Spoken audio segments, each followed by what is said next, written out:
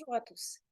Aujourd'hui, je vais vous expliquer un peu plus, enfin j'espère que ce sera davantage compréhensible, mon positionnement par rapport au protocole. Parce que j'en parle beaucoup.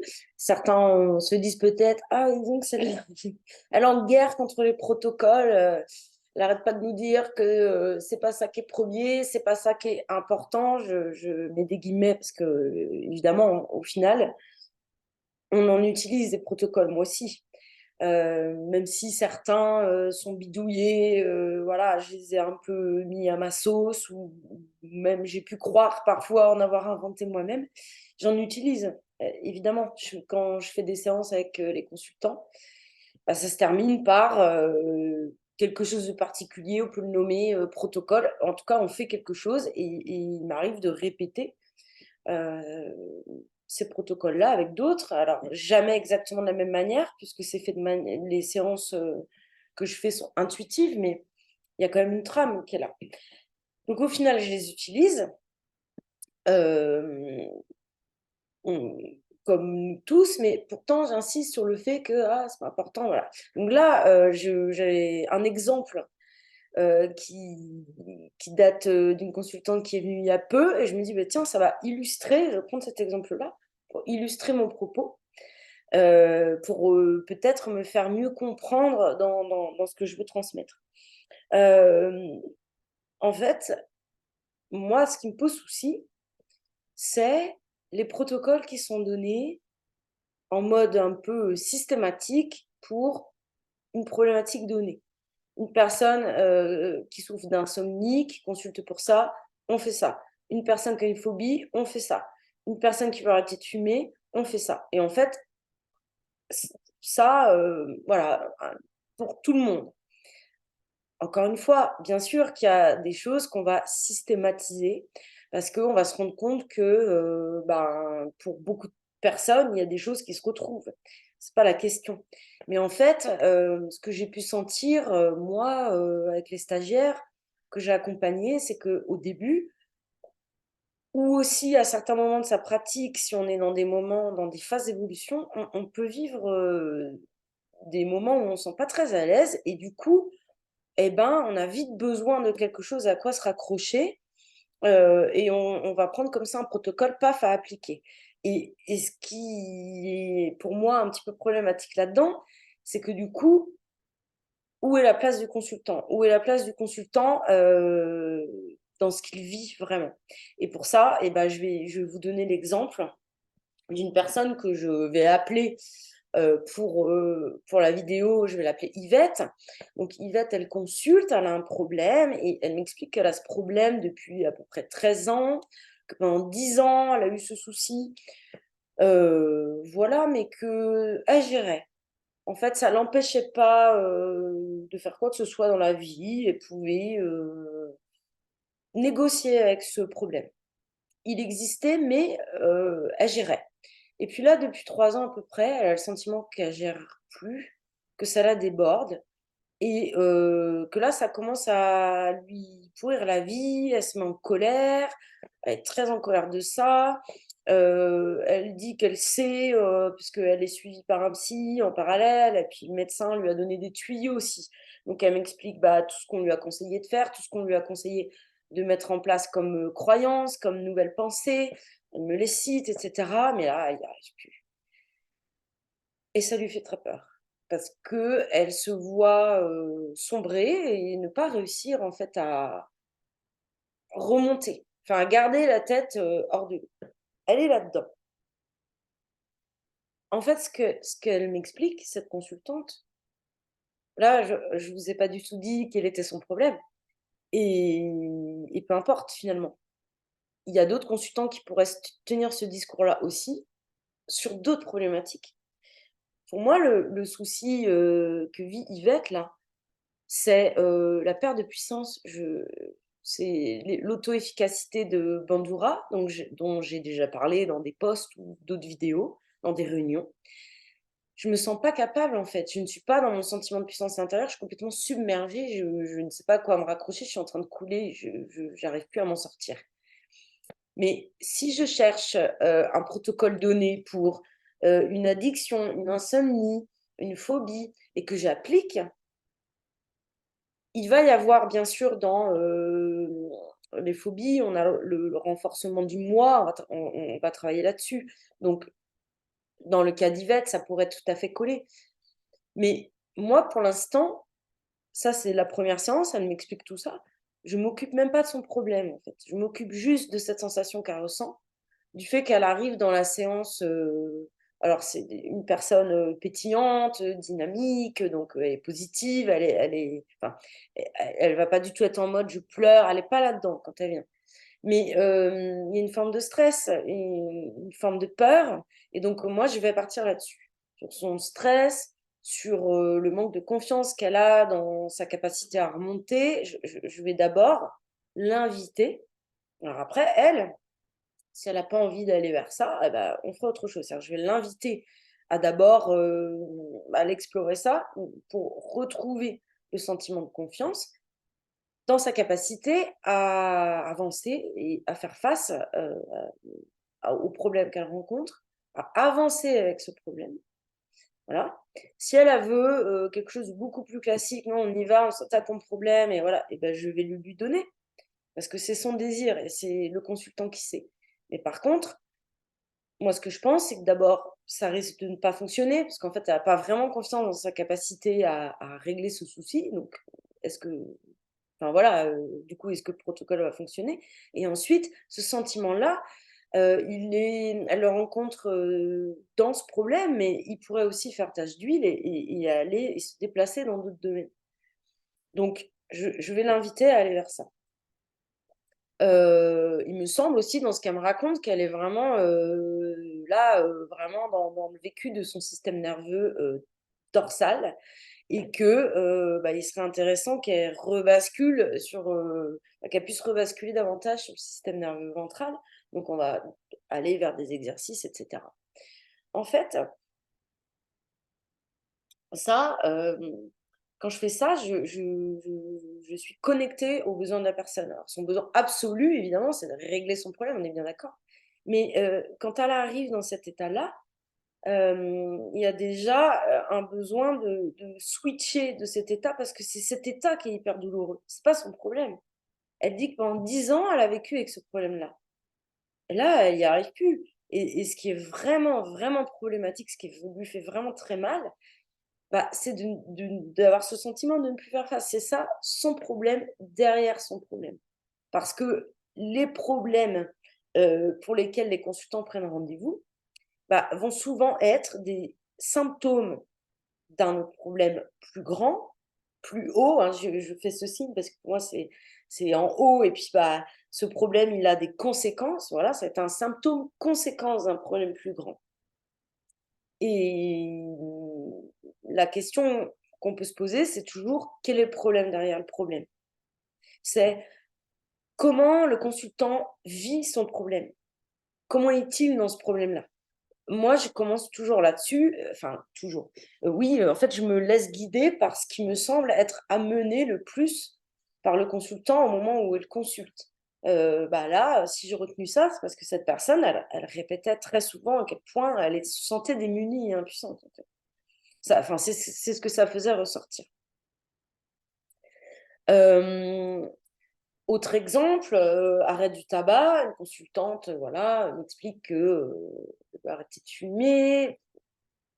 Elle cite entre autres comme raison que voilà, ils sont dans ils vivent à la campagne avec son mari, ils ont voilà cette envie d'être connectés à la nature, d'être dans voilà une forme de je sais pas comment exprimer ça, mais ou une qualité de vie particulière, voilà, de connexion à la nature, d'être dans une vie saine et cetera et que le fait qu'elle fume ne colle pas à ce projet de vie. Ça va pas dans le sens de ce projet de vie-là. Donc il y a quelque chose qui déjà dans le discours, parle un peu d'image. Enfin voilà, moi, je vis à la campagne, je suis très connectée, mais je fume, bah, ça colle pas du tout. Donc l'image que je donne, avec cette habitude, bah, j'aime pas. Et puis alors il y a plein d'autres choses, hein, qui se greffent, mais je vais droit au but là. Il y a autre chose aussi qui ressort, c'est: «Mais en fait, si je ne parviens pas à arrêter de fumer, qu'est-ce que ça dit de moi?» On va penser que je suis faible, que j'arrive pas à atteindre mes objectifs, que voilà, je suis quelqu'un qui a pas de volonté, qui est f ouais, qui est faible, voilà la question de l'image est hyper importante pour cette personne. L'image d'elle, l'image qu'elle renvoie aux autres et donc l'image aussi qu'elle a d'elle-même, en fait. Qu'est-ce que ça veut dire de moi si j'arrive pas à fumer? Si j'arrive pas à arrêter de fumer, pardon. Qu'est-ce que ça dit de moi si «j'échoue» entre guillemets, si je n'atteins pas un objectif? Je peux pas m'autoriser, ça, il y a, voilà, l'idée de la perfection, que je dois incarner, personne parfaite que je dois être et comme elle veut pas se confronter au risque d'échec, en fait, dans cet arrêt du tabac, elle arrête pas de fumer. Mais là, ce qui est vraiment en jeu pour cette personne, c'est l'image qu'elle a d'elle-même. Donc là aussi, enfin moi je vais inviter à aller vers ça. C'est-à-dire, hem, en fait, c'est une grande ambition que la mienne finalement, c'est, permettre à la personne d'aller au-delà du problème qu'elle apporte. Permettre à cette personne peut-être de prendre conscience qu'elle a énormément d'exigences vis-à-vis d'elle.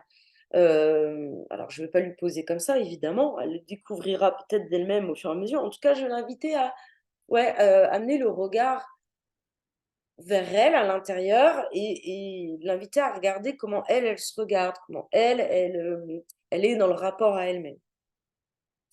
Donc là encore, je vais pas lui dire: «Ah bah, explique tout ça, bon ben voilà, on va faire protocole pour arrêter». Ben non, parce que c'est pas ma manière de travailler. Je veux plutôt lui proposer qu'on aille vers quelque chose de plus grand, en fait et ça, je dis: «C'est ma manière de travailler», mais je vois aussi que c'est pas du tout que la mienne et que c'est celle de la plupart des personnes qui travaillent, dans l'accompagnement avec l'hypnose, qui ont envie d'aller au-delà de l'outil. Parce que on est beaucoup consulté pour ça. C'est-à-dire: «Ah bah oui, j'ai entendu que l'hypnose», d'ailleurs, c'est pour ça que Yvette, dont je parle, bah oui, elle vient parce qu'elle a entendu que l'hypnose peut aider dans son problème. Elle vient pas pour un accompagnement parce qu'en ce moment, elle se sent, un peu démunie. D'ailleurs, elle est déjà suivie par une psy, donc elle vient vraiment c'est l'outil hypnose qui va l'amener. Les gens entendent beaucoup parler de l'hypnose, pour arrêter de fumer, pour l'arrêt du tabac et cetera, et je dis 2 fois la même chose, aussi pour mincir. Voilà, ça commence à être de plus en plus connu ça du grand public, donc les gens viennent beaucoup pour, des problématiques précises comme ça et ils attendent, une réponse par rapport à, une réponse directe par rapport à cet outil qu'ils ont choisi. Mais en fait, je vois bien, je l'ai vu en suivi pratique aussi. Quand, les stagiaires, prennent des séances de suivi pratique avec moi, il y en a beaucoup, ils ont chez eux des livres de protocoles. C'est-à-dire qu'ils ne m'appellent pas, pour qu'on je leur donne des protocoles. On en parle, bien sûr, mais souvent ils ont déjà en fait, ça. On peut se procurer des infos sur les protocoles, maintenant sur internet, par des bouquins, on peut les avoir. Mais en fait, ils sentent que s'ils appliquent des protocoles comme ça, tout fait par rapport à des outils, ils sentent qu'ils sont déconnectés du besoin de la personne qui vient les voir. Ils sentent qu'il y a quelque chose qui est pas juste et qui est pas aligné. Et en fait, quand on parle j'en parle beaucoup aussi de ça, de sentiment de manque de maîtrise, de manque de confiance, de manque d'alignement, hein, quand on peut se sentir un peu: «Ah, je suis pas bien là, je sens que c'est pas OK». Et parfois, on peut croire que c'est parce que, on sait pas trop ce qu'on fait, mais parfois, c'est aussi le signe que ce qu'on est en train de faire, c'est pas juste pour nous. On le sent, en fait. Donc vous avez, des protocoles d'arrêt du tabac, que vous appliquez systématiquement, mais de temps en temps, peut-être que vous sentez qu'en fait, avant de faire ça, je dis pas que c'est pas OK, pas juste, mais peut-être qu'avant de faire ça, il y aura peut-être autre chose à faire. Et ça, ça se manifeste chez certains d'entre nous par un sentiment de je suis pas bien, en fait, voilà et c'est très vague, co c'est une sensation et qui a pas forcément, qui est pas connectée à une pensée directe de: tiens, cette manière de faire n'est pas exactement celle qui me correspond, parce que là, je sens bien que je suis pas complètement connectée aux besoins de la personne. Ça ne vient pas de manière directe. Mais avec mes stagiaires, je l'ai vu ça. Je l'ai vu chez moi et je l'ai vu chez mes stagiaires aussi, que tant qu'on n'a pas le sentiment d'être vraiment connecté à la personne, qui se joue vraiment pour elle et de répondre à son besoin, bah, en fait, on ne se sent pas aligné, on sent que c'est pas OK. Autre chose aussi, quand on répond aux besoins de la personne au moment où elle vient, eh ben, on va, pouvoir lâcher ces injonctions de réussite de la séance. Heu, Yvette, par exemple, donc c'est une personne qui a 82 ans, donc c'est sa fille qui a pris contact avec moi pour prendre rendez-vous et ensuite, on a échangé par SMS, on avait un petit point précis à voir ensemble et c'était après la séance et puis, elle m'a demandé si ça s'était bien passé. Alors j'ai dit: «Oui», bon, je dis: «C'est un processus, c'est une première séance, on se revoit le mois prochain, OK». Et elle me répond, elle était contente de sa séance. Donc et pourtant le problème d'Yvette, il n'est pas du tout résolu. On a même j'ai pas encore, proposé qu'on aille, voilà, faire une séance vraiment pour ça. Vous voyez elle était contente de sa séance. Pourquoi? Bah, parce qu'en fait, si la personne, elle a pu, bah, déjà déposer tout ce qui se veut pour elle, si elle a eu un temps pour vraiment tout sortir, parce que quand, on se sent pas bien et souvent les gens qui viennent, la plupart du temps, hein, ils se sentent pas super bien. Parce que c'est ça qui les pousse à prendre rendez-vous. Parfois, on a besoin d'être pas bien pour vraiment se mobiliser. La personne déjà par la parole, elle a pu poser, dire tout ce qui lui pesait, et puis on a fait une séance d'hypno-relaxation, voilà, paf, paf, je proposais des exercices. Mais je pense que c'est ça qui se joue. C'est le sentiment que, bah, je me sens écoutée, on me propose quelque chose qui répond à mon besoin du moment, mais aussi connecté à une démarche, enfin et aussi je devrais dire, et aussi connecté à une démarche plus globale qui va vers mon objectif, et ben ça peut amener le consultant à se sentir satisfait de l'accompagnement. Au-delà de: «J'arrête ou pas de fumer». Voilà, je regarde un petit peu, j'avais écrit quelques mots sur ma feuille. Qu'est-ce que je voulais vous dire aussi? Oui, ça, cette manière, d'envisager notre accompagnement, une manière plus globale, plus large, plus connectée à, ce que vit la personne à l'instant où elle consulte, en le rattachant à des choses plus grandes, c'est ce qui va faire qu'on est vraiment dans l'accompagnement. C'est ce qui va faire qu'on est dans une forme d'accompagnement thérapeutique. J'utilise très peu ce mot parce qu'on n'est pas dans le médical et qu'on n'est pas censé l'utiliser. Mais donc là, pour cette compréhension, hein, entre nous, c'est ça que je veux dire. C'est-à-dire qu'on dépasse le cadre de «je suis un technicien qui utilise des outils, toujours les mêmes pour chacun», pour aller vers quelque chose de beaucoup plus grand, de beaucoup plus adapté à chaque personne qui vient me voir et quand je dis de beaucoup plus grand, qui peut-être et tout le monde ne le veut pas.